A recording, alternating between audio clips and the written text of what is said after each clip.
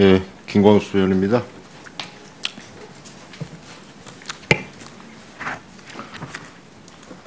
오전에 여러 의원님들 많이 질의하셨는데 도덕성과 관련해서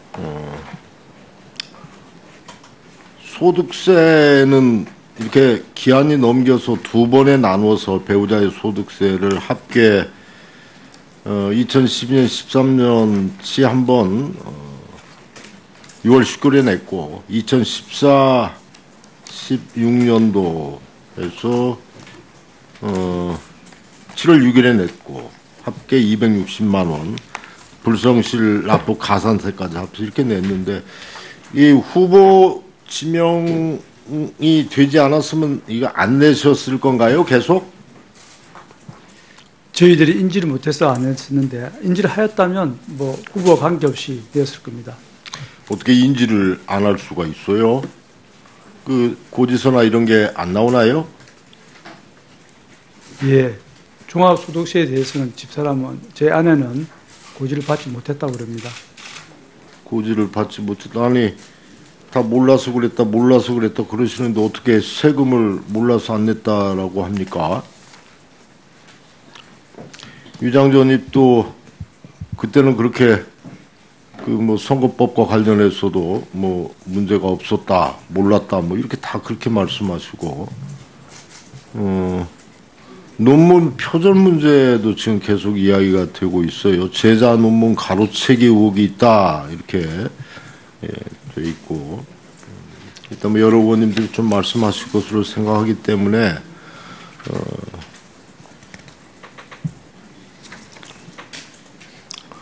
위장전입과 관련해서도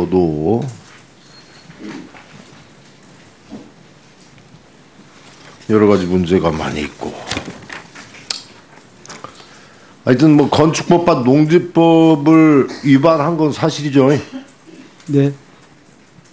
원상복구 다 됐나요? 네, 완전 원상복구가 되었고 양평군청에서 확인을 했습니다. 건축법 위반해서 이행강제금도 냈나요?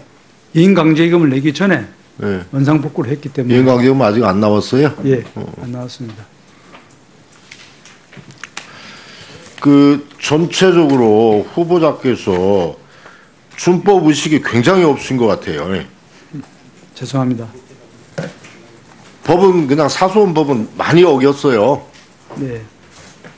공직 후보자가 되시려고 하는 분이 이렇게 뭐 다 몰랐다라고 피해가고 엠막 뭐 이런저런 법 어긴 것은 뭐 일상적인 법에 많이 위반을 하셨는데 이건 좀 심각한 문제라고 생각을 합니다.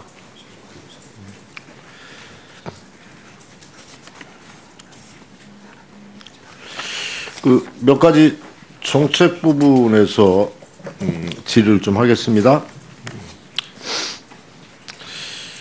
아까 권미혁 의원님 말씀하셨는데 지금 기금운용본부와 관련해서 최준규 전 리서치 팀장이 주식운용실장으로 승진을 했고 그다음에 또 몇 가지 좀 문제가 있죠. 그다음에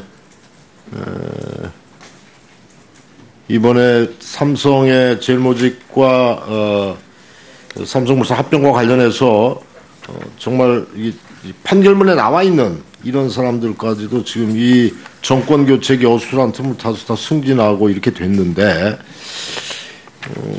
보면은 정재영 책임 투자 팀장도 지금 런던 지사로 발령이 돼서 지금 거기가 다음에 승진 코스로 돼 있단 말이죠. 그 아까 후보자께서 권미혁 의원님 질의에 기금운용본부와 관련해서는 직접적으로 영향력을 행사할 수 있는 위치에 있지 않으니까 복지부 장관이 직접 관여할 일이 아니다 이렇게 답변을 하셨어요. 맞죠? 네, 맞습니다. 복지부 장관이 국민연금 기금운용위원장 아니신가요? 맞습니다.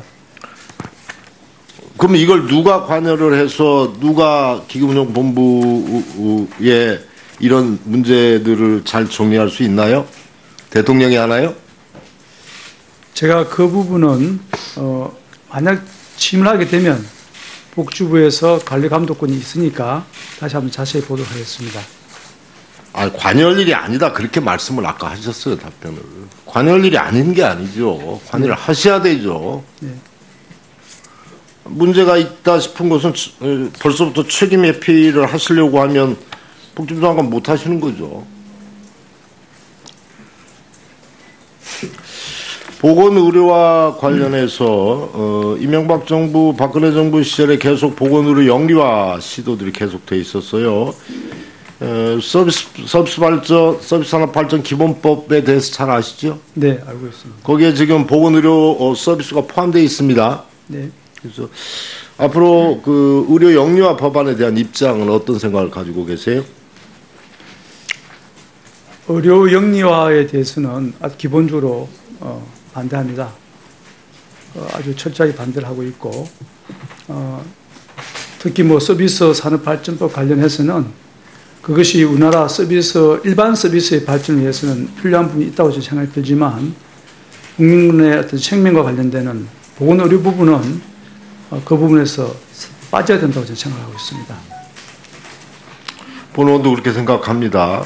의료비 상승 또는 공공의료가 약화될 가능성, 과잉 경쟁이나 과잉 의료의 여러 가지 문제점들이 예측된다고 생각을 합니다. 그런데 이걸 기재부가 추진하고 있어요. 예. 보건복지부 장관께서 기재부 이게 먹겠습니까? 그 영역에 대해서는 기재부가 그렇게 강하게 주장해서는 안 된다고 생각을 합니다.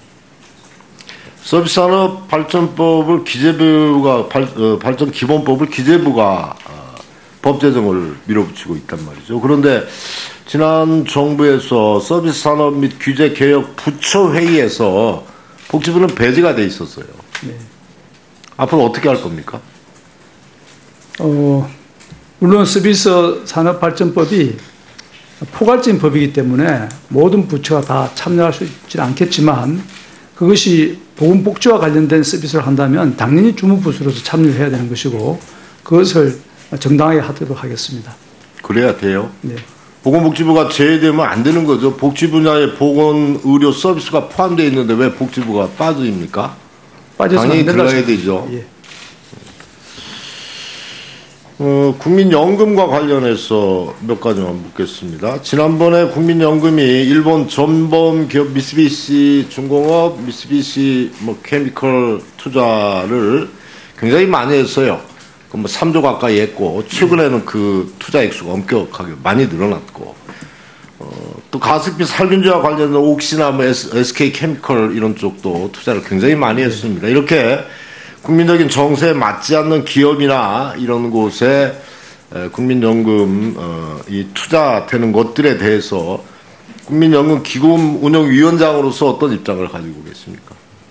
예, 기본적으로 국민연금 기금은 그 3대 원칙, 공공성, 안정성, 그리고 수익성 이 세 가지를 추구하는데 지난번 그런 결정을 했던 것은 아마 수익성에 좀 조안을 좀 둔 것 같은데 그러나 이 세 가지 중에서 굳이 위기 질서를 넣는다 한다면 저는 수익성보다는 공공성과 안정성을 우선 두어야 되고 국민의 어떤 전반적인 이익과 상관되는 것을 감수하면서까지 수익성을 추구해서는 안 된다고 생각합니다.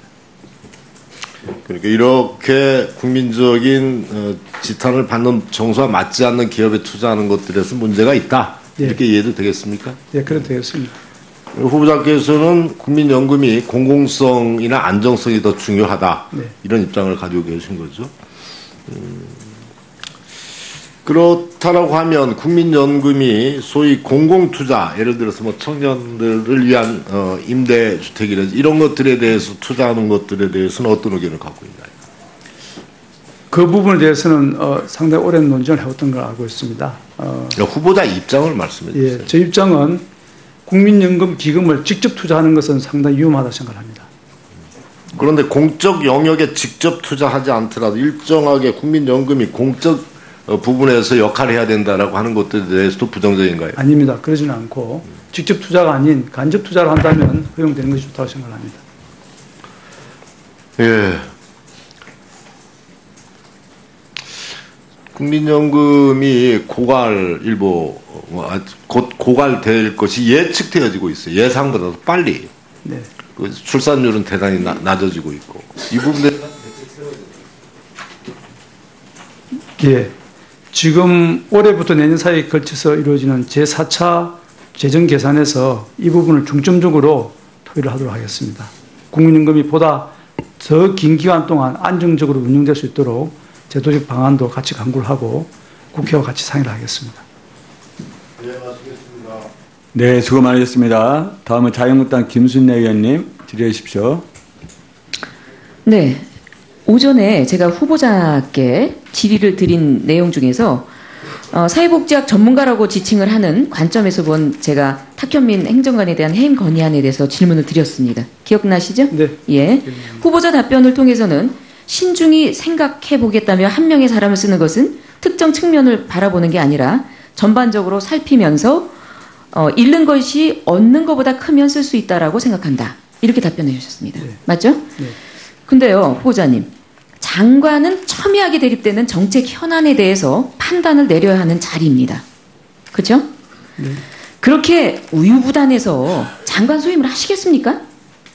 어떤 논란이 되는 관점에 대해서 그 아주 예리한 전곡을 찌르는 판단이 필요한 것이 저는 장관이라고 생각이 됩니다. 탁 행정관의 그 행사 기획과 의전을 담당하는 것이 중요한 것인지 문 대통령의 양성평등 국가 실현이라는 국정 철학과 페미니스트 대통령이 되겠다는 가치 실현 중인 어느 것이 더 중요하다고 생각을 하십니까? 말씀해 보십시오. 예, 후자가 더 중요합니다. 그렇죠. 네. 가치 실현, 국정 철학, 페미니스트 중요하죠. 네. 거느리고 있는 그 직원의 어떤 그 아주 파렴치한 이런 것보다는 이게 더 중요하다는 것을 동의하시는 거죠. 네. 자, 다시 한번 묻겠습니다. 후보자는 사회복지 전문가로서 여성복지 정책에 반하는 탁현민 행정관 해임을 대통령께 건의하시겠습니까? 좀 전에 말씀 주신 거 상기해 보십시오. 네. 빨리 답해 주세요. 저 시간 갑니다. 예, 제가 정확히는 모르겠습니다. 인사를 건의를 하고, 어떤 경로를 통해서 특정한 부수에 있는 아이, 사람을 머리 너무 굴리지 내려가는지를, 마시고요. 단답형으로 대답하세요. 하시겠어요? 마시겠어요? 그것만 하세요. 예, 조금 더 신중하게 생각을 해서 결정하겠습니다. 똑같은 말을 번복하십니다. 오전과 예. 다름없는. 예. 우유부단의 그 아주 정확한 내용을 지금 다시 한번 제시해 주시는 겁니다. 장관으로서. 그렇게 제가 봐도 되겠습니까? 예, 조금 더 생각할 기회를 가지고 결정하겠습니다. 자, 참 말과 행동이 정말 다르십니다.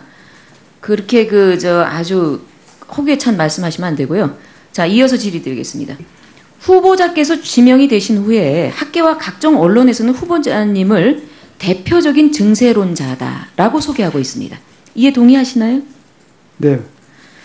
후보자가 지난해 12월 보건복지 포럼에서 지출의 효율성을 기해서 증세를 하지 않겠다고 말하는 학자나 정치인도 상당히 많은데 이는 아주 허무맹랑한 소리다.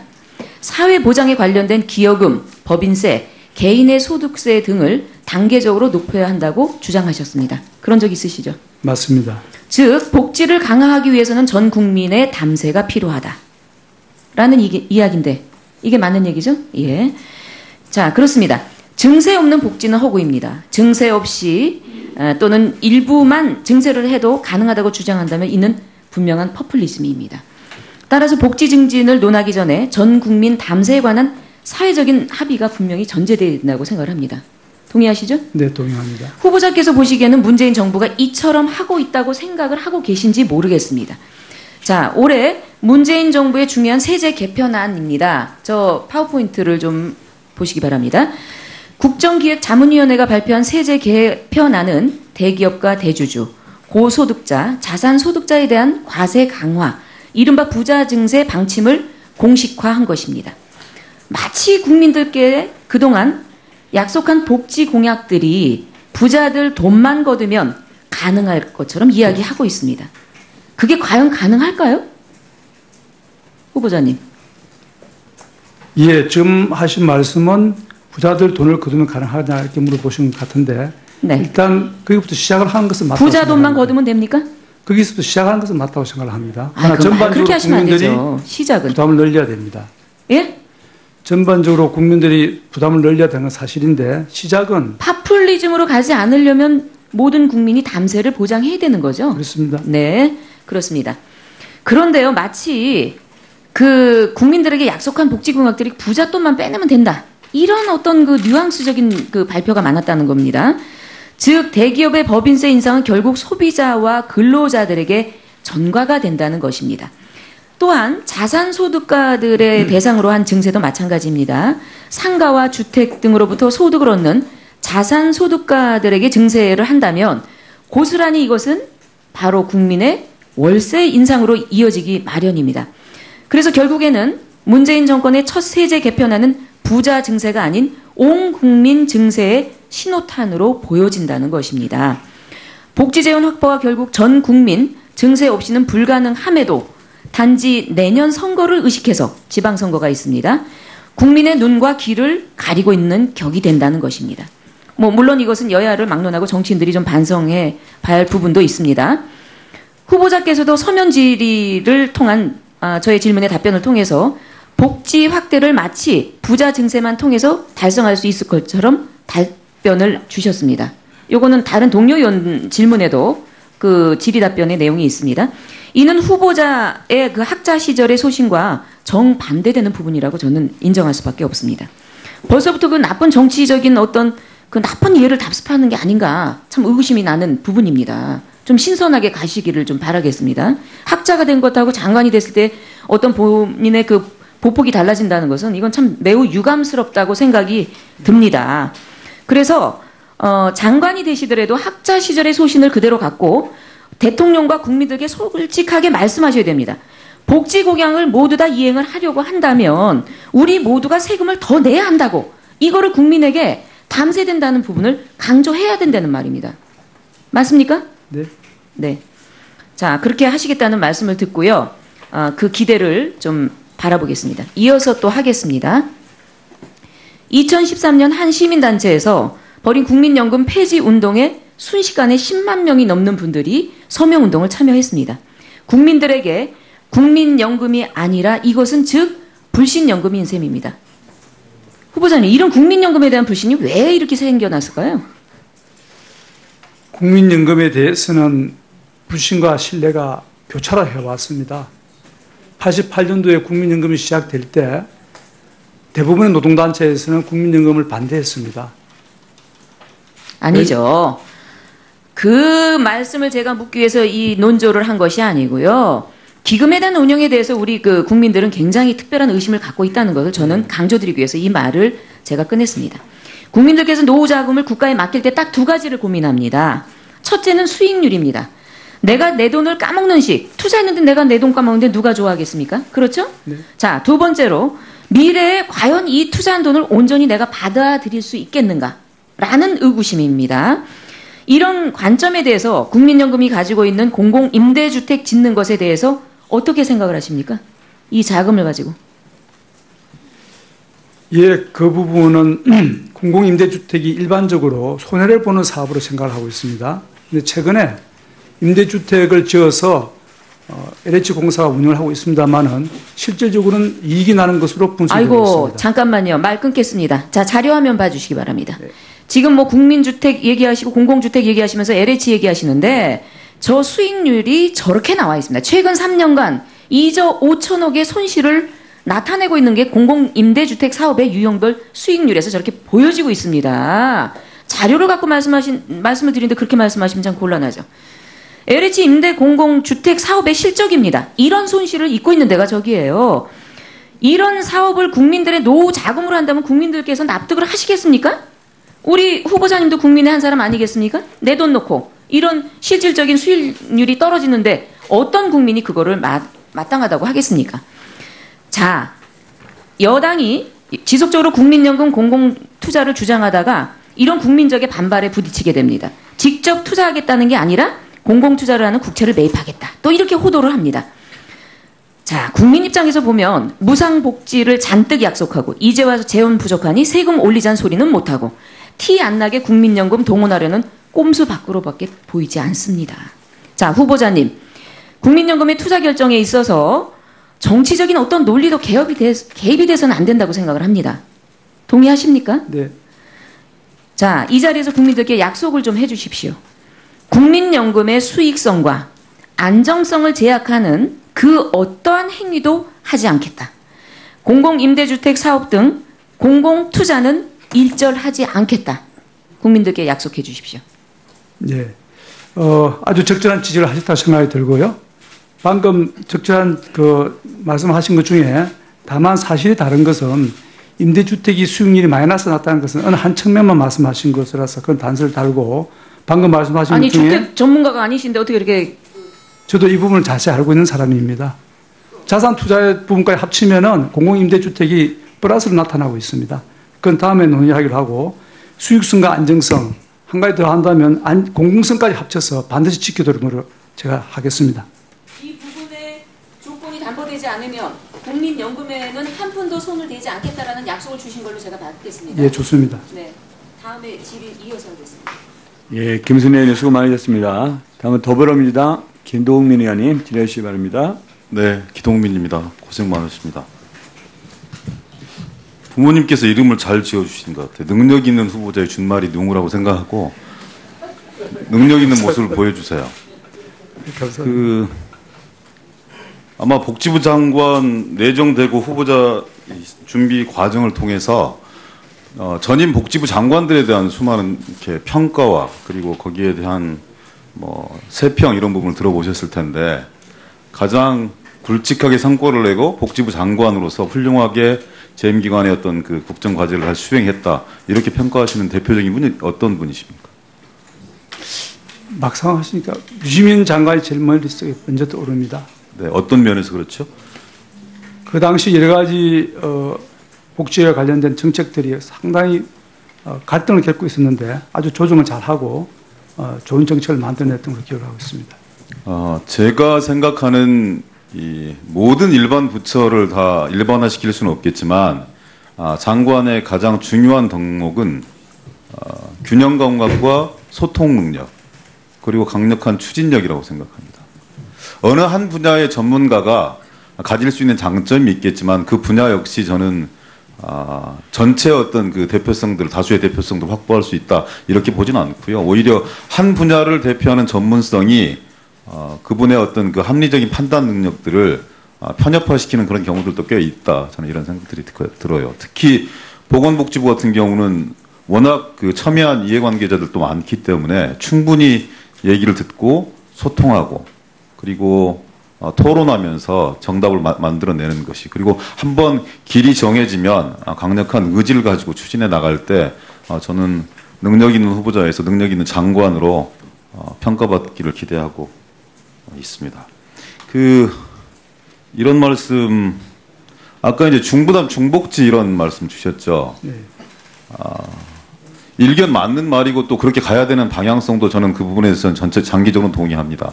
근데 거기에 대한 국민적 동의가 필수적일 텐데 국민들이 생각하는 이 국민적 동의 과정은 결국은 내가 낸 세금이 다른 곳으로 새지 않고 이 다수의 서민들을 위해서 그리고 나의 삶을 위해서 나의 삶을 개선시키는 곳으로 다시 돌아온다는 믿음과 확신, 신뢰가 있을 때 저는 증세 논의 이런 부분들에 동의할 수 있다고 보거든요. 고소득자에 대한 증세 문제라든지 아니면 법인세 인정 문제라든지 이런 건 증세 과정 속에서 아니면 세금 논의하는 과정 속에서 빙산의 일각이라고 생각하고 시작일 뿐이고 결국은 그런 부분들로 채워낼 수 있는 부분들은 대단히 제한적이고 한계적일 수밖에 없지 않겠습니까? 근데 정부의 신뢰도 이런 부분을 보면 2016년도 OECD에서 발행한 보고서를 보면 우리 국민들의 이 정부 신뢰도는 8% 정도밖에 안 되거든요. OECD 평균이 46%인데 거기에 비해서 절반밖에 안 된다는 거죠. 이런 신뢰도를 가지고는 저는 세제 개편을 하고 증세 논의를 하고 이런 부분들이 대단히 어려울 수밖에 없다는 그런 생각들이 드는데 현실적으로 국무위원으로서 이런 문제들에 대해서 어떤 판단들을 가지고 있고 어떤 계획들을 가지고 있는지 좀 말씀 주셨으면 좋겠습니다.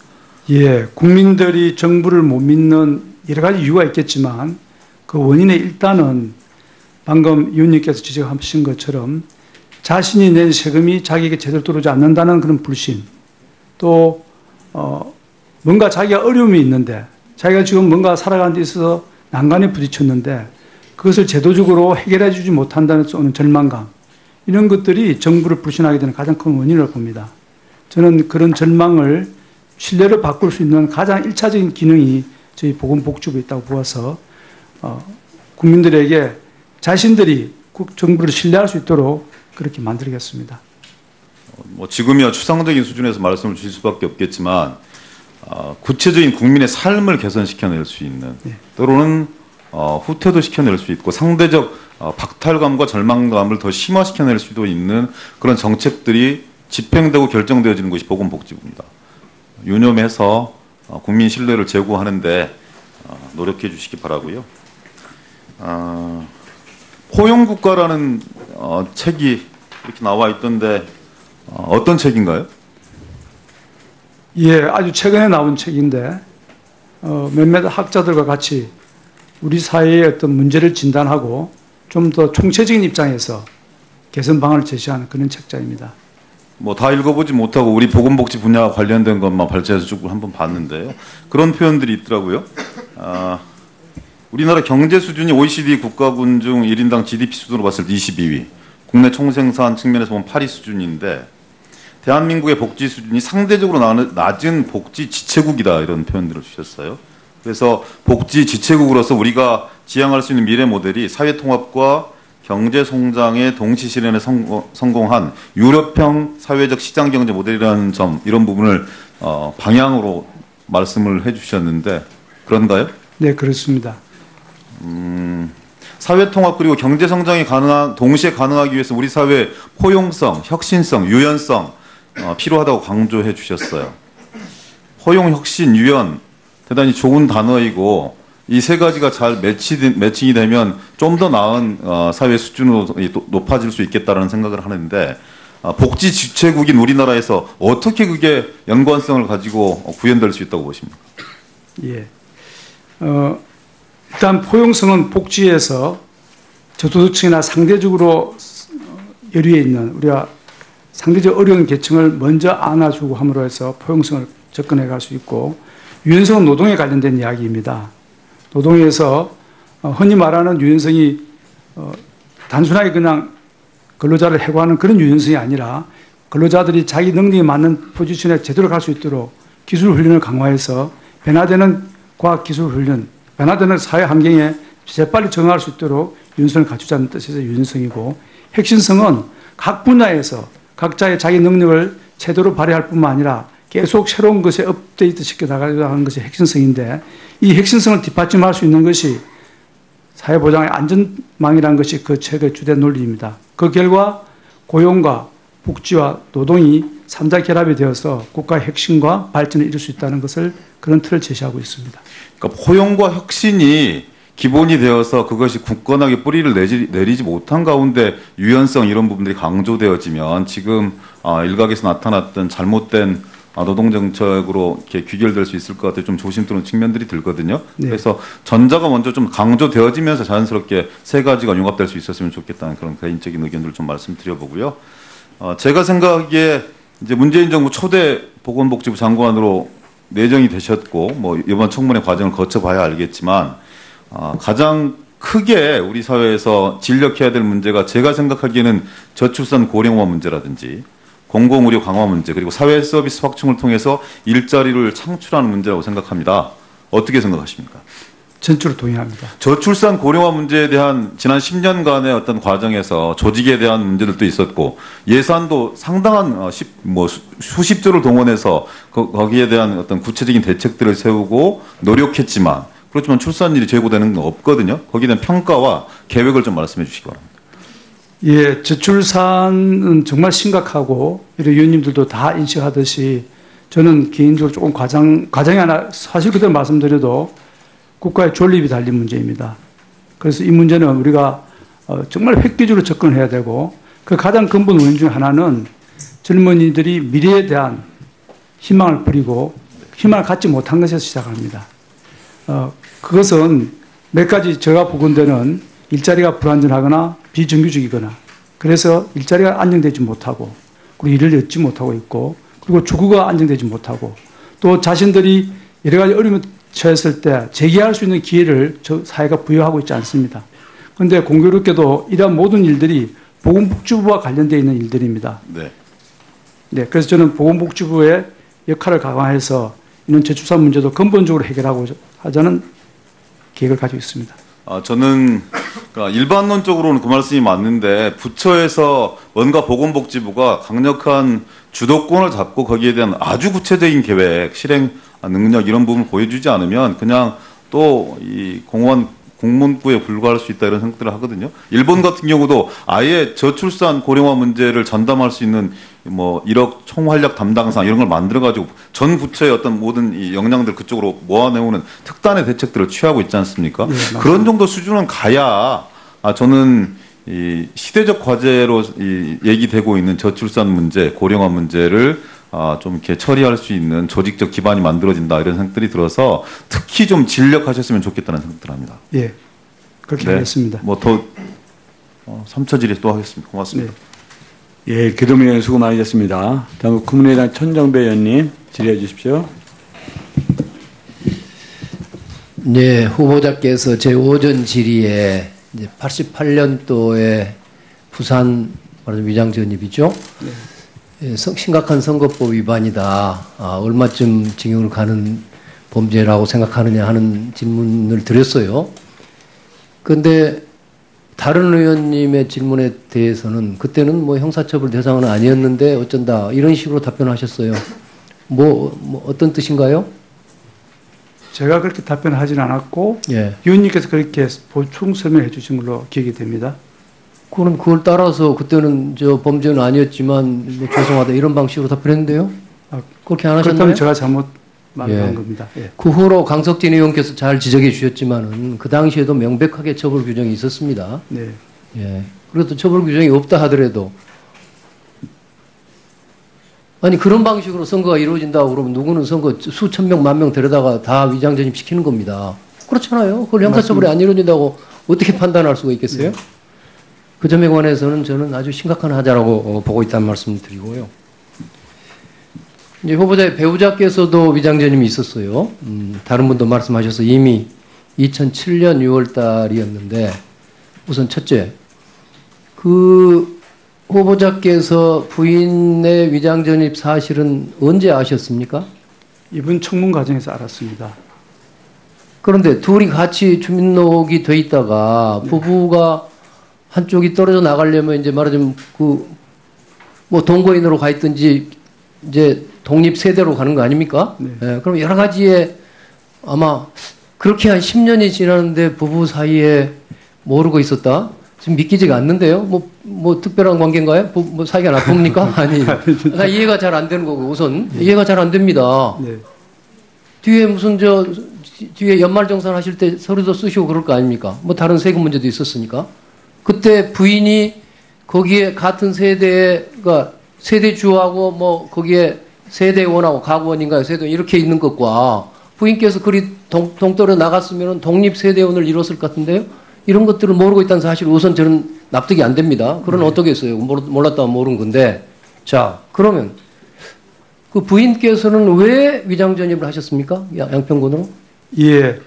앞에부터 말씀을 드리면 예. 제 아내는 2002년부터 아니, 독립된 시간이 자격이 없으니까요. 그냥 설명만 해 주십시오. 왜 위장전입을 하셨죠? 그게 주소를 옮겨 놓으면은 예. 좀 더 빨리 건축 허가가 난다는 주변 사람들 이야기를 듣고 그렇게 했다고 그러니까 자, 들었습니다. 예. 배우자께서도 상당한 그 학벌도 하여튼 뭐 상당한 공부도 많이 하시고 예술적으로 탁월한 분이신 걸로 알고 있는데요. 자, 그럼 빈 땅에다가 그러면 그러니까 건축허가를 빨리 낸다는 것은 그 땅에다 지을 지금 작업장을 이야기하는 거죠. 그렇습니다. 예. 그러면 그 땅에 건물을 짓기 위해서 전입을 먼저 했다는 이야기는 빈 땅 위에다 전입한 거 아니겠습니까? 네. 그것이 건축허가를 빨리 내는데 도움이 된다고요? 그러면 건축허가 빨리 내려면 다 위장 전입해야 되겠네요? 집 짓기 전에 그 집에 먼저 들어가서 주민등록부터 옮겨놔야 된다고 하면 그 말이 믿어지는 말입니까? 저는요, 그게 도저히 상식적으로 납득이, 이건 법률 문제가 아닙니다. 한번 생각해 보세요. 예. 거기다 집 짓기 위해서는 먼저 그 빈 땅에 먼저 주민등록 옮겨야 됩니까? 우리나라에 그런 법이 어떻게 있을 수 있으며, 누가 비록 그런 이야기를 옆에서 어떤 사람이 했다 하는데 그걸 어떻게 믿을 수가 있나요? 저는 의원님 지적한 상에 저도 동의를 하고 저라도 그렇게 믿기 힘듭니다. 예. 예. 그런데요. 그러면 그런데- 왜 위장전입을 하셨죠? 예. 더구나 아까 부부 사이가 그리 나쁜 것 같지도 않은데 단독으로 예. 그 말하자면 뭐 호적을 파간 건 아니지만은 주민등록을 파간 거 아닙니까? 예. 단독 세대로 나갔단 말이에요. 무슨 이유가 있죠? 이런 말씀드리기 정말 대단히 죄송스럽긴 한데 예. 제 아내가 그런 것에 대해서는 정말 좀 무지합니다. 아니 무지하다뇨. 남보다 뛰어난 겁니다. 아니 제 아내는요 그런 일 함부로 못할 것 같습니다. 아유, 죄송합니다. 그 남편으로부터 세대를 갈라가지고 시골로 양평이라는 곳으로 주민등록을 먼저 이전했단 말이에요. 빈 땅으로. 예. 그것을 무지해서 그렇다고요? 굉장히 세속적으로 뛰어난 분 같은데요? 그런 것을 생각하고 움직였단 말이에요. 그러니까 지금 말씀은 매우 중요한 말씀입니다. 왜 위장전입 했는가? 이 이유를 알아오셔야 될 것 같습니다. 오늘 저 사모님께, 부인께 연락하셔가지고요. 오늘 저 청문회 끝나기 전에 예. 무슨 이유가 있었는지 확실하게 밝혀주시기 바랍니다. 그런데요, 저는 그래서 지금 말씀하는 형태로 건축 허가를 빨리 얻기 위해서 했다는 이야기는 그건 도저히 믿을 수가 없는 일이고요. 저는 다른 이유가 있었다고 생각합니다. 흔히 시골에 아까 농지도 있고 하는 땅에다가 주민등록 옮겨놓은 일들은요, 뭔가 그 인근에 불법적인 부동산 투기를 한다든가 이런 목적이 되게 있지요. 아시지 않습니까? 이 땅도 사실은 농지 그 작업장 만들면서 먼저 그 농지를 취득하신 거 아닙니까? 그리고 또 농지법 위반 문제도 지금 있는 것이 그 땅이 그런데 우리나라 구단 정책상 농지 취득하려면 서울에 사는 사람은 좀 어렵고 그 동네에 또는 그 인근에 농촌에 사는 사람이 취득할 수 있고 이런 것은 상식적으로 아는 거 아닌가요? 저는 그래서 부인의 위장전입은 무슨 부동산 투기 내지는 다른 떳떳지 못한 이유가 있었다고 추측합니다. 그럼 그 점에 관한 제 추측이고요. 한번 여기 쭉 계시면 그러네요. 다른 이 보조하신 분들을 통해서라도 알아서 확실하게 알려주시기 바랍니다. 그래서 요컨대 현재로서는 그 후보자 부부 두 분 다 위장전입에는 심각한 도덕적 하자가 있다고 보입니다. 또 법적 하자가 있습니다. 또 하나는 이것도 부인 이야기인데 그러니까 건축법 위반 이제 농지법 위반은 이미 다른 분들 질문에서도 이제 지적을 하셨어요.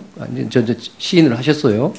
그런데 이것 역시 법을 잘 모르고 한 일이라고 지금 말씀하시는 거지요?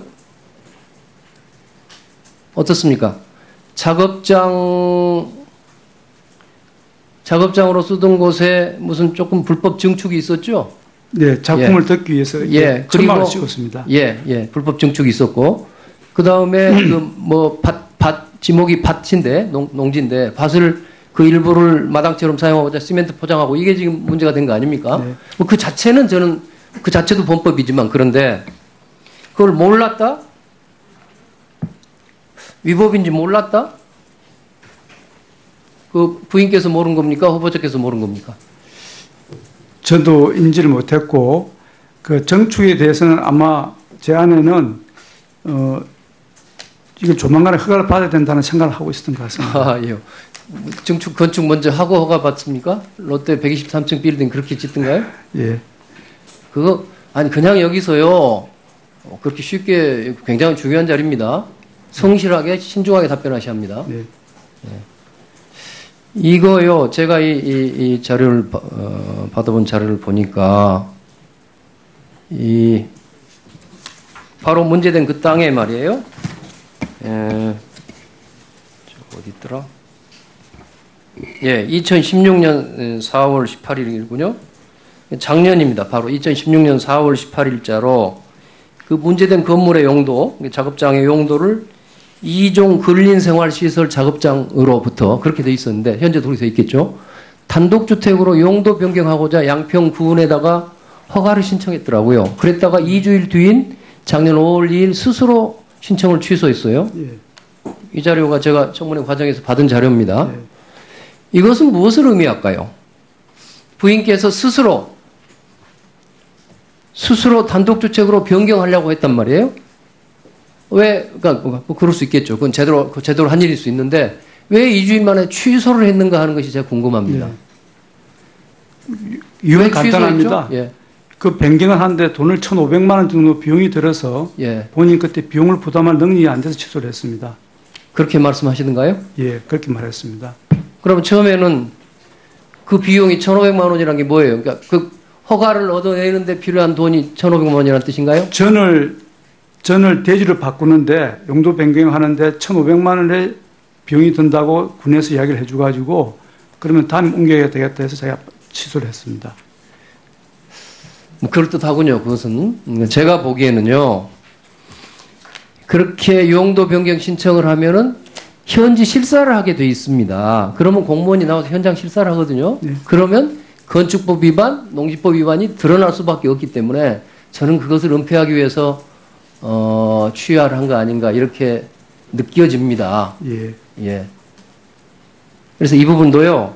몰랐다는 이야기는 좀 아닌 것 같습니다. 우리나라 상식적인 사람들이 다 증축하는데 함부로 하면은 걸리는 거고 지목이 전으로 돼 있는 농지에다가 뭘 마당식으로 만들면은 그건 불법이라는 거 말이에요. 그건 무슨 법의 문제가 아니라 상식의 문제입니다. 그래서 저는 오늘 뭐 그렇게 하는 것은 할 수 없겠지만은 그 뒤로 이 허가 신청을 또 용도 변경 허가 신청을 했다가 취소한 거 이런 걸로 봐서 적어도 부인께서는 농지법 위반, 건축법 위반에 대해서 명확하게 알고 있었고 알고 계셨고 그래서 지금 와서 모르고 있었다 하는 이야기는 저는 납득이 안 된다고 봅니다. 예. 감사합니다.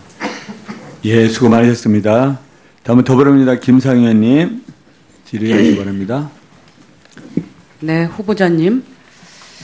후보자님 아까 인사한 말에서 보면은 지금 우리 사회의 저출산 문제라든가 노인 빈곤율, 자살률이 지금 OECD의 그 최고이고 또 여러 가지 이런 사회 문제들이 굉장히 엄중하다. 이런 문제를 해결하기 위해서는 국민들이 정책 위반자와 국민들이 복지를 바라보는 시각 자체를 바꾸는 것부터 시작해야 된다고 그렇게 말씀을 하셨습니다. 그래서 복지는 단순 소비이고 사회의 취약한 부분을 돌보는 역할로만 알고 있지만 복지는 경제 영역과 함께 우리 사회를 유지 발전시키는 두 개의 중요한 한 축이고 건전한 시장 경제와 튼실한 사회 안전망이 국가를 지속적으로 발전하게 할 수 있는 근간이다 이렇게 말씀을 하셨습니다. 저는 굉장히 이제 공감을 하고 있습니다. 그런데 제가 청문회 요구 자료들을 쭉 이렇게 살펴보니까 후보자께서 갖고 있는 그런 소신에 비해서는 그 답변이 굉장히 소극적이고 추상적이고 그리고 어떻게 보면은 제대로 소신이 있는가 하는 것을 소신을 의심케 하는 부분이 상당히 많았습니다.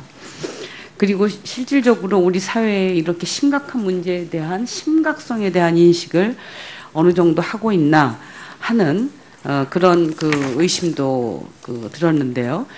무엇보다도 가장 복지부가 해야 될 중요한 부분이 우리 국민들이 인간으로서의 가장 기본적인 삶을 유지할 수 있게 해주는 것, 그렇죠? 굉장히 가장 중요한 부분 아니겠습니까? 그런데 지금 현재 우리 대한민국의 자살률이 알고 계십니까? 예. 자살률이 지금 어떤 상태에 있습니까? 지금 10만 명당 약 60, 총 전체 인구로 한 25명 정도 됩니다. 네, 지금 보면 우리가 2005년부터 지금까지 계속 자살률이 OECD에서 1위를 차지하고 있습니다. 정말 이거 자살공화국이라고 해도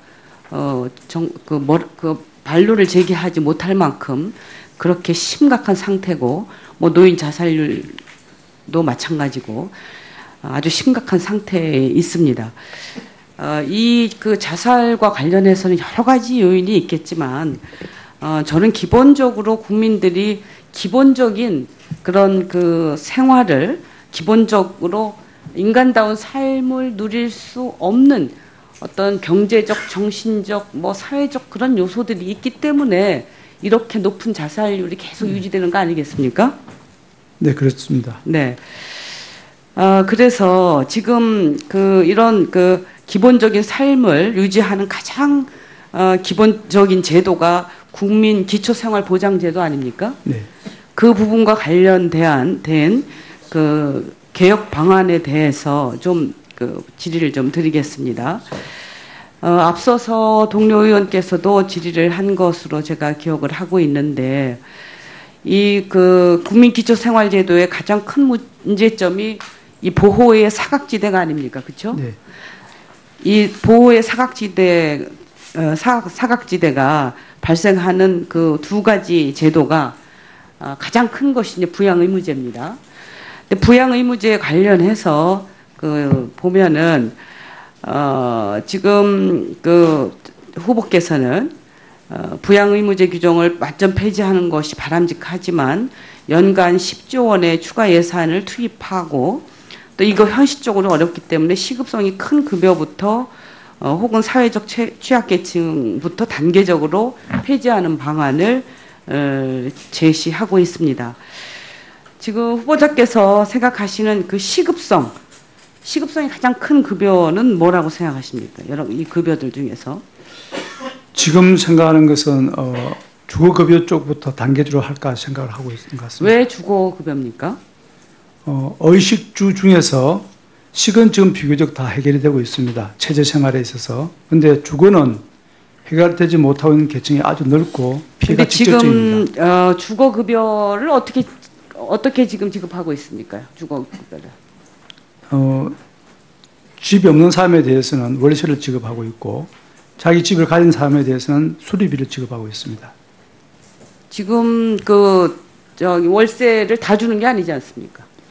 일부 지역은 월세를 100% 충당을 못 하는데 농어촌 지역 같은 경우는 거진 다 충당이 되고 있습니다. 저는 지금 이 주거급여의 경우에는 사실은 아주 일부에만 이게 지금 해당이 된다고 생각합니다. 전반적인 우리 국민들의 이 기초생활 문제를 해결하는 데는 주거급여의 우선 폐지로는 저는 어렵다고 생각합니다.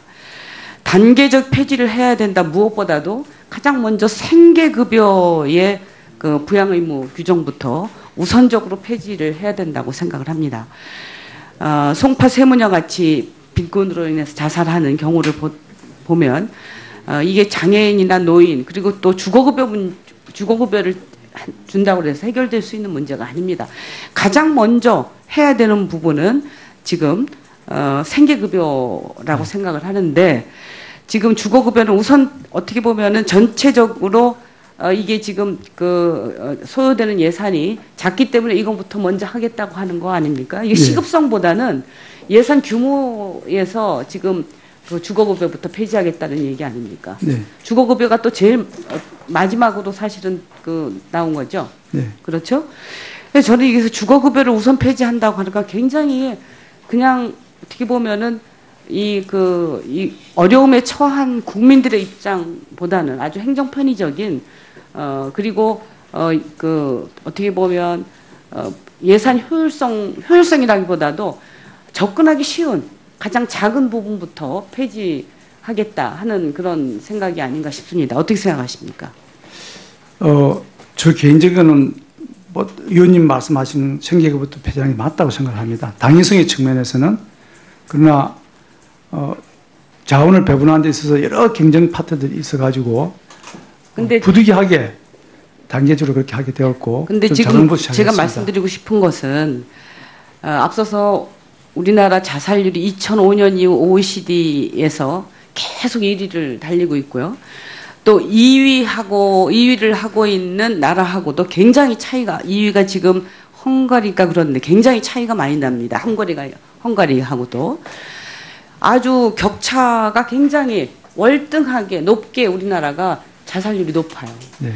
이 자살률이 높은 것은 어쨌든 이 지금 자기의 인간적인 삶을 유지할 수 없는 이 빈곤층이 그만큼 많다는 얘기입니다. 네. 그렇지 않습니까? 맞습니다. 그래서 이 부분과 관련해서 가장 시급하게 여기를 본질부터 접근을 해야지 그렇지 않은 접근이라고 하는 것은 저는 이 문제를 해결하기 상당히 어렵다고 생각을 합니다. 그래서 앞서도 그 의원님들도 지적을 하셨지만 복지부 장관이 된다고 하면 저는 소신껏 해야 된다고 생각합니다. 그리고 이렇게 하는 것이 지금 사실은 우리의 지금 저출산 문제라든가 또 그 노인 빈곤율 문제라든가 우리 사회에 지금 심각한 여러 가지의 이런 그 복지 문제들을 해결하는 가장 중요한 어떻게 보면은 중요한 길이라고 생각을 합니다. 급행 노선이라고 생각을 합니다. 근데 이것을 그 제껴놓고 다른 변죽만 올리는 그런 그 정책으로 가서는 이런 문제를 해결할 수 없고 우리가 지금 2005년 이후에 이렇게 자살률을 1위를 갖고 있다고 하는 것 그리고 OECD에서 초저 출산율 아닙니까? 이 출산율과 이 자살률 이 부분을 개선시키는 부분은 적어도 대한민국에서 국가를 믿고 내가 사람답게 살 수 있다고 하는 그런 안정감을 저는 줘야 된다고 생각합니다. 그 자체가 사실은 어떤 국가에 대한 신뢰이기도 하고 또 국민들이 희망을 가지고 그 젊은 사람들 같은 경우에 결혼도 해서 애도 낳을 수 있고 나라를 믿고 살아갈 수 있는 것이라고 생각을 하는데 장관 후보께서는 전체적으로 보면 그 소신과 또 그동안 학자로서의 그런 그 소견은 그럴지 모르겠으나 실질적으로 이 그 인사청문회 요구 자료의 답변서를 보면 전체적으로 다 그렇습니다. 다 그 뭐 아주 소극적인 그런 그 답변을 내놓고 있는데 그렇게 어떻습니까? 지금 그 장관이 되시면 자기 소신대로 그렇게 펼쳐나갈 수 있겠습니까? 아니면은 또 눈치를 보면서 결국은 단계적이라고 하나 편의적인 그런 정책으로 일관하시겠습니다. 예, 의원님께서 주신 말씀 깊이 명심하겠습니다. 분명한 방향을 주셨고 또 그것을 가능한 빠른 시일 안에 전체를 다 실현할 수 있도록 최선의 노력을 다하겠습니다. 예. 그런데요, 마치 그 국민들에게 약속한 복지공약들이 부자 돈만 빼내면 된다. 이런 어떤 그 뉘앙스적인 그 발표가 많았다는 겁니다. 즉, 대기업의 법인세 인상은 결국 소비자와 근로자들에게 전가가 된다는 것입니다. 또한 자산소득가들의 대상으로 한 증세도 마찬가지입니다. 상가와 주택 등으로부터 소득을 얻는 자산소득가들에게 증세를 한다면 고스란히 이것은 바로 국민의 월세 인상으로 이어지기 마련입니다. 그래서 결국에는 문재인 정권의 첫 세제 개편안은 부자 증세가 아닌 온 국민 증세의 신호탄으로 보여진다는 것입니다. 복지 재원 확보가 결국 전 국민 증세 없이는 불가능함에도 단지 내년 선거를 의식해서 지방선거가 있습니다. 국민의 눈과 귀를 가리고 있는 격이 된다는 것입니다. 물론 이것은 여야를 막론하고 정치인들이 좀 반성해 봐야 할 부분도 있습니다. 후보자께서도 서면 질의를 통한 저의 질문의 답변을 통해서 복지 확대를 마치 부자 증세만 통해서 달성할 수 있을 것처럼 답변을 주셨습니다. 요거는 다른 동료 의원 질문에도 그 질의 답변의 내용이 있습니다. 이는 후보자의 그 학자 시절의 소신과 정반대되는 부분이라고 저는 인정할 수밖에 없습니다. 벌써부터 그 나쁜 정치적인 어떤 그 나쁜 이해를 답습하는 게 아닌가 참 의구심이 나는 부분입니다. 좀 신선하게 가시기를 좀 바라겠습니다. 학자가 된 것하고 장관이 됐을 때 어떤 본인의 그 보폭이 달라진다는 것은 이건 참 매우 유감스럽다고 생각이 듭니다. 그래서 장관이 되시더라도 학자 시절의 소신을 그대로 갖고 대통령과 국민들에게 솔직하게 말씀하셔야 됩니다. 복지 공약을 모두 다 이행을 하려고 한다면 우리 모두가 세금을 더 내야 한다고 이거를 국민에게 담세된다는 부분을 강조해야 된다는 말입니다. 맞습니까? 네. 네. 자, 그렇게 하시겠다는 말씀을 듣고요. 그 기대를 좀 바라보겠습니다. 이어서 또 하겠습니다. 2013년 한 시민단체에서 벌인 국민연금 폐지 운동에 순식간에 10만 명이 넘는 분들이 서명운동을 참여했습니다. 국민들에게 국민연금이 아니라 이것은 즉 불신연금인 셈입니다. 후보자님, 이런 국민연금에 대한 불신이 왜 이렇게 생겨났을까요? 국민연금에 대해서는 불신과 신뢰가 교차로 해왔습니다. 88년도에 국민연금이 시작될 때 대부분의 노동단체에서는 국민연금을 반대했습니다. 아니죠. 그 말씀을 제가 묻기 위해서 이 논조를 한 것이 아니고요. 기금에 대한 운영에 대해서 우리 그 국민들은 굉장히 특별한 의심을 갖고 있다는 것을 저는 강조드리기 위해서 이 말을 제가 꺼냈습니다. 국민들께서 노후 자금을 국가에 맡길 때 딱 두 가지를 고민합니다. 첫째는 수익률입니다. 내가 내 돈을 까먹는 식, 투자했는데 내가 내 돈 까먹는데 누가 좋아하겠습니까? 그렇죠? 네. 자, 두 번째로 미래에 과연 이 투자한 돈을 온전히 내가 받아들일 수 있겠는가? 라는 의구심입니다. 이런 관점에 대해서 국민연금이 가지고 있는 공공임대주택 짓는 것에 대해서 어떻게 생각을 하십니까? 이 자금을 가지고. 예, 그 부분은 공공임대주택이 일반적으로 손해를 보는 사업으로 생각을 하고 있습니다. 근데 최근에 임대주택을 지어서 LH공사가 운영을 하고 있습니다만은 실질적으로는 이익이 나는 것으로 분석되고 아이고, 있습니다. 잠깐만요. 말 끊겠습니다. 자, 자료화면 봐주시기 바랍니다. 네. 지금 뭐 국민주택 얘기하시고 공공주택 얘기하시면서 LH 얘기하시는데 저 수익률이 저렇게 나와 있습니다. 최근 3년간 2조 5천억 있던 논란이 되는 관점에 대해서 그 아주 예리한 전곡을 찌르는 판단이 필요한 것이 저는 장관이라고 생각이 됩니다. 탁행정관의 그 행사 기획과 의전을 담당하는 것이 중요한 것인지 문 대통령의 양성평등 국가 실현이라는 국정 철학과 페미니스트 대통령이 되겠다는 가치 실현 중인 어느 것이 더 중요하다고 생각을 하십니까? 말씀해 보십시오. 예, 후자가 더 중요합니다. 그렇죠. 네. 가치 실현, 국정 철학, 페미니스트 중요하죠. 네. 갖추고 있는, 거느리고 있는 그 직원의 어떤 그 아주 파렴치한 이런 것보다는 이게 더 중요하다는 것을 동의하시는 거죠. 네. 자, 다시 한번 묻겠습니다. 후보자는 사회복지 전문가로서 여성복지 정책에 반하는 탁현민 행정관 해임을 대통령께 건의하시겠습니까? 좀 전에 말씀 주신 거 상기해 보십시오. 네.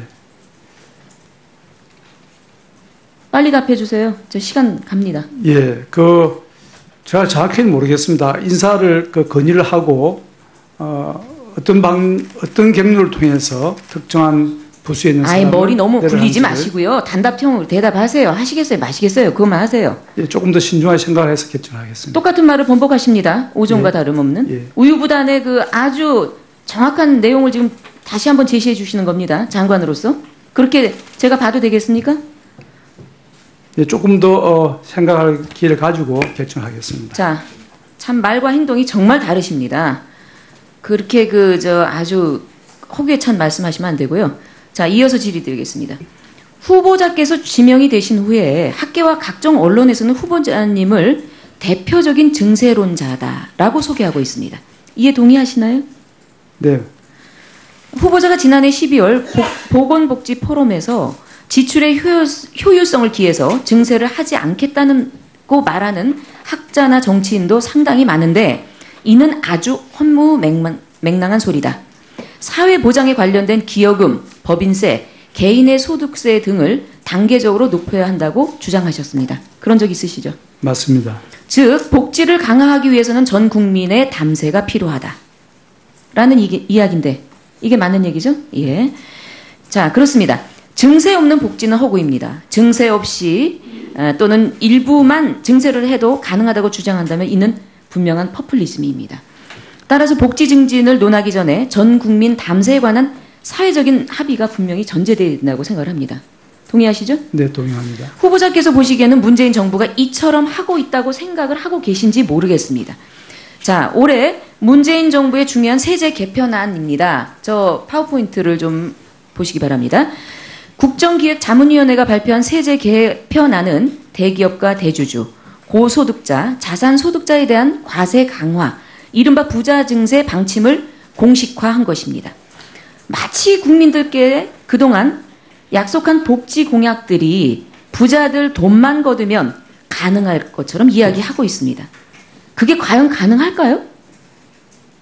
후보자님. 예, 지금 하신 말씀은 부자들 돈을 거두면 가능하냐 이렇게 물어보신 것 같은데 네. 일단 거기부터 시작을 하는 것은 맞다고 부자 돈만 생각합니다. 거두면 됩니까? 거기서부터 시작하는 것은 맞다고 생각을 합니다. 아, 그렇게 하시면 안 국민들이 되죠. 시작은. 부담을 늘려야 됩니다. 예? 전반적으로 국민들이 부담을 늘려야 되는 건 사실인데 시작은 파퓰리즘으로 가지 않으려면 모든 국민이 담세를 보장해야 되는 거죠. 그렇습니다. 네, 그렇습니다.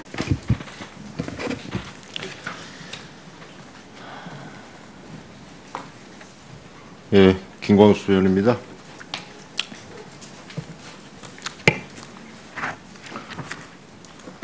오전에 여러 의원님들 많이 질의하셨는데 도덕성과 관련해서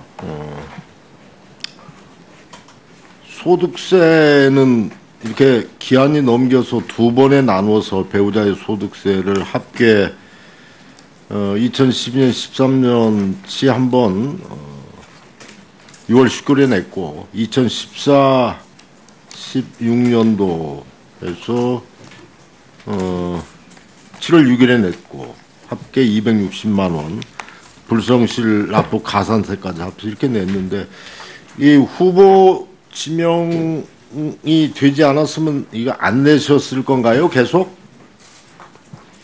저희들이 인지를 못해서 안 했었는데 인지를 하였다면 뭐 후보와 관계없이 되었을 겁니다.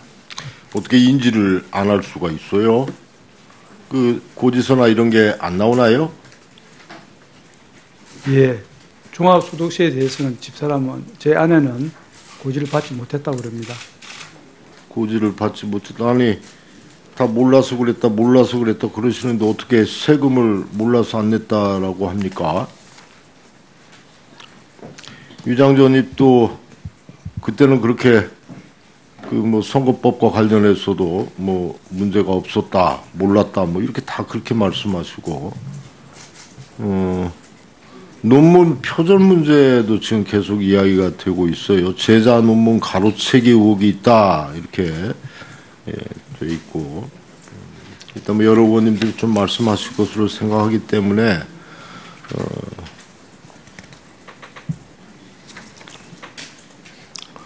위장전입과 관련해서도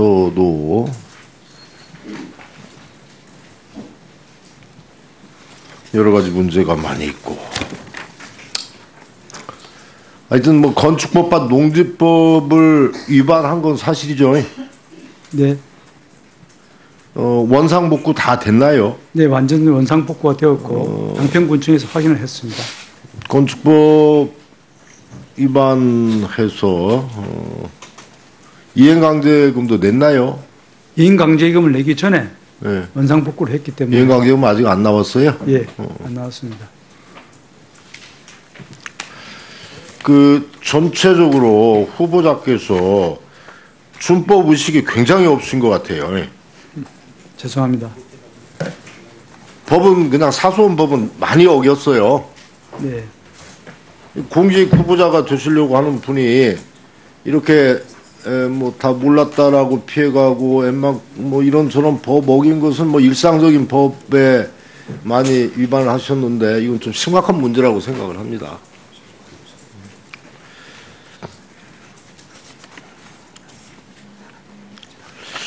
그 몇 가지 정책 부분에서 질의를 좀 하겠습니다. 아까 권미혁 의원님 말씀하셨는데 지금 기금운용본부와 관련해서 최준규 리턴 리서치 팀장이 주식운용실장으로 승진을 했고 그다음에 또 몇 가지 좀 문제가 있죠. 그다음에 이번에 삼성의 제일모직과 삼성물산 합병과 관련해서 정말 이 판결문에 나와 있는 이런 사람들까지도 지금 이 정권 교체 여수란 틈을 타서 다 승진하고 이렇게 됐는데 보면은 정재영 책임 투자 팀장도 지금 런던 지사로 발령이 돼서 지금 거기가 다음에 승진 코스로 돼 있단 말이죠. 그 아까 후보자께서 권미혁 의원님 질의에 기금운용본부와 관련해서는 직접적으로 영향력을 행사할 수 있는 위치에 있지 않으니까 복지부 장관이 직접 관여할 일이 아니다 이렇게 답변을 하셨어요. 맞죠? 네, 맞습니다. 복지부 장관이 국민연금 기금 운영위원장 아니신가요? 맞습니다. 그럼 이걸 누가 관여를 해서 누가 기금운용본부에 이런 문제들을 잘 정리할 수 있나요? 대통령이 하나요? 제가 그 부분은 만약 취임을 하게 되면 복지부에서 관리 감독권이 있으니까 다시 한번 자세히 보도록 하겠습니다. 관여할 일이 아니다. 그렇게 말씀을 아까 하셨어요, 답변을. 관여할 일이 아닌 게 아니죠. 관여를 하셔야 되죠. 네. 문제가 있다 싶은 것은 벌써부터 책임 회피를 하시려고 하면 복지부 장관 못 하시는 거죠. 보건의료와 관련해서 이명박 정부, 박근혜 정부 시절에 계속 보건의료 영리화 시도들이 계속돼 있었어요. 서비스 산업 발전 기본법에 대해서 잘 아시죠? 네, 알고 있습니다. 거기에 지금 보건의료 서비스가 포함되어 있습니다. 네.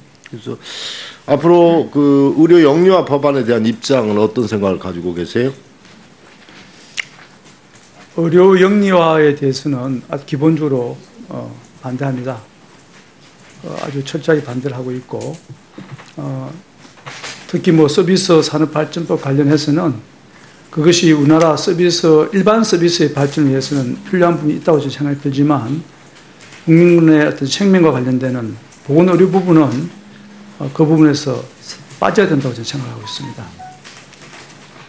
본원도 그렇게 생각합니다. 의료비 상승 또는 공공의료가 약화될 가능성, 과잉 경쟁이나 과잉 의료의 여러 가지 문제점들이 예측된다고 생각을 합니다. 그런데 이걸 기재부가 추진하고 있어요. 예. 보건복지부 장관께서 기재부 이게 먹겠습니까? 그 영역에 대해서는 기재부가 그렇게 강하게 주장해서는 안 된다고 생각을 합니다. 서비스산업발전법을 기재부가 발전기본법을 기재부가 법 제정을 밀어붙이고 있단 말이죠. 그런데 지난 정부에서 서비스산업 및 규제개혁 부처회의에서 복지부는 배제가 돼 있었어요. 네. 앞으로 어떻게 할 겁니까? 물론 서비스 산업발전법이 포괄적인 법이기 때문에 모든 부처가 다 참여할 수 있지는 않겠지만 그것이 보건복지와 관련된 서비스를 한다면 당연히 주무부서로서 참여를 해야 되는 것이고 그것을 정당하게 하도록 하겠습니다. 그래야 돼요? 네. 보건복지부가 제외되면 안 되는 거죠. 복지 분야에 보건의료 서비스가 포함되어 있는데 왜 복지부가 빠집니까? 당연히 들어야 되죠. 예. 국민연금과 관련해서 몇 가지만 묻겠습니다. 지난번에 국민연금이 일본 전범 기업 미쓰비시 중공업, 미쓰비시 케미컬 투자를 굉장히 많이 했어요. 뭐 3조 가까이 했고 최근에는 그 투자 액수가 엄격하게 많이 늘어났고 또 가습기 살균제와 관련된 옥시나 뭐 SK 케미컬 이런 쪽도 투자를 굉장히 많이 했습니다. 이렇게 국민적인 정세에 맞지 않는 기업이나 이런 곳에 국민연금 이 투자되는 것들에 대해서 국민연금 기금운용위원장으로서 어떤 입장을 가지고 계십니까?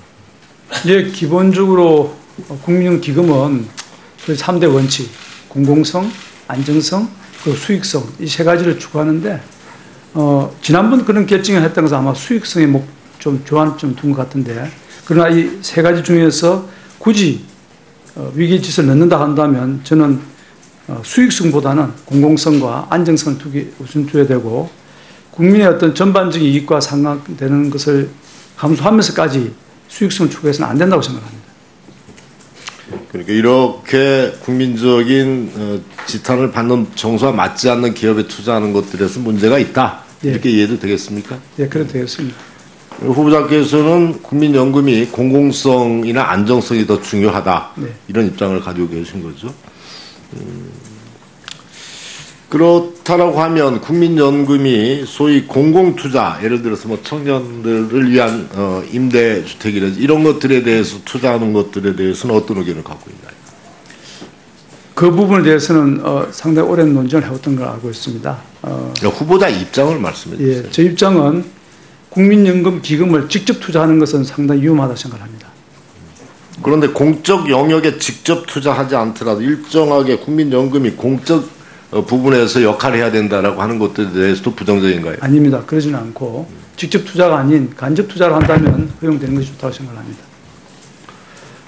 예. 국민연금이 곧 고갈될 것이 예측되어지고 있어요. 예상보다도 빨리. 네. 그 출산율은 대단히 낮아지고 있고 이 부분에 대해서 예. 지금 올해부터 내년 사이에 걸쳐서 이루어지는 제4차 재정 계산에서 이 부분을 중점적으로 토의를 하도록 하겠습니다. 국민연금이 보다 더 긴 기간 동안 안정적으로 운영될 수 있도록 제도적 방안도 같이 강구를 하고 국회와 같이 상의를 하겠습니다.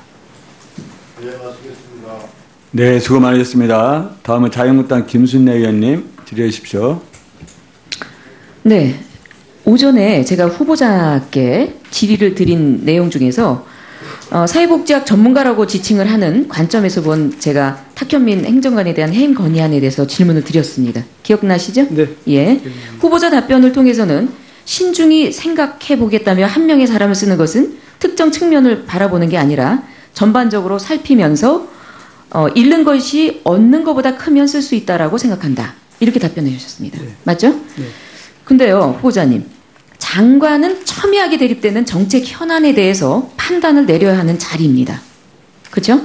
네. 그렇게 우유부단해서 장관 소임을 하시겠습니까?